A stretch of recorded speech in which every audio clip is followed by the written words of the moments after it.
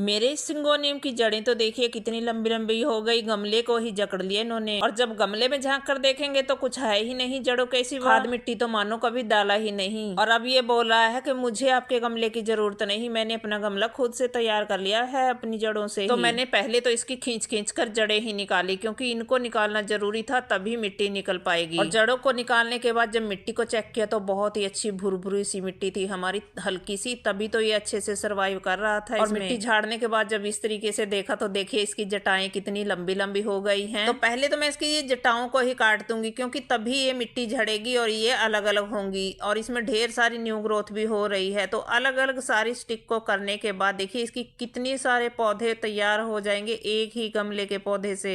छोटी सी जड़ के और एक ही छोटी सी कटिंग के साथ भी इसका पौधा तैयार हो जाता है। और इसके देखिए मेरे पास कितने सारे पौधे तैयार हो गए और मैंने इनको नए नए घरों में शिफ्ट कर दिया।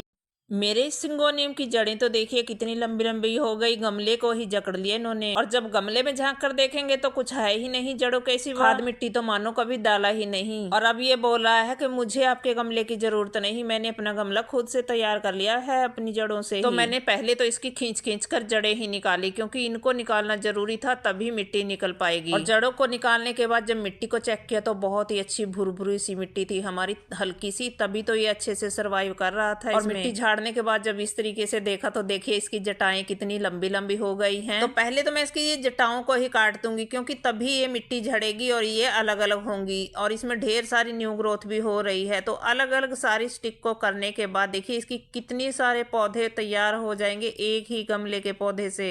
छोटी सी जड़ के और एक ही छोटी सी कटिंग के साथ भी इसका पौधा तैयार हो जाता है। और इसके देखिए मेरे पास कितने सारे पौधे तैयार हो गए और मैंने इनको नए नए घरों में शिफ्ट कर दिया।